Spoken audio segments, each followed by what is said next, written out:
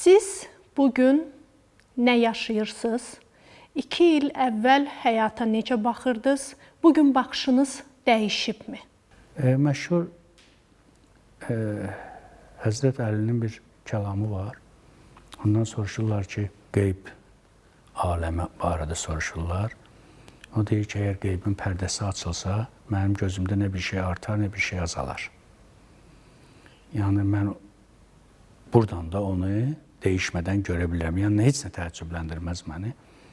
Mən inanmıram ki, 2 il çox qısa bir müddətdir insanın o böyük fövqəl fikirlərinin meydana gəlməsi ya dəyişməsi üçün 2 ili deməzdim, amma təbii ki, o dəyişim belə baş verir. Məsəl üçün, əgər bir qohumunuz ya özünüz də çıxasınız öz məhəllənizdən, gedəsiniz, 2 il yaşayasınız bir başqa məmləkətdə, 2 ildən sonra gələndən sonra deyirsiniz, o, bura necə dəyişib?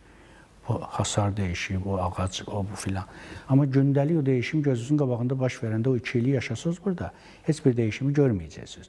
Çünki o güllər, çiçəklər, ağaclar, rənglər, hasarlar, divarlar sizin gözünüzün qarşısındadır.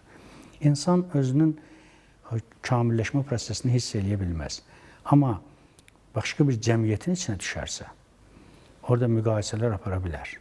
O müqayisələrdə özünün nə qədər yanlış, ya yaşadığı cəmiyyətin nə qədər yanlış olduğunu və yaxud nə qədər özünün öz yaşadığı cəmiyyətdən irəlidə olduğunu orada müqayisə eləyə bilər.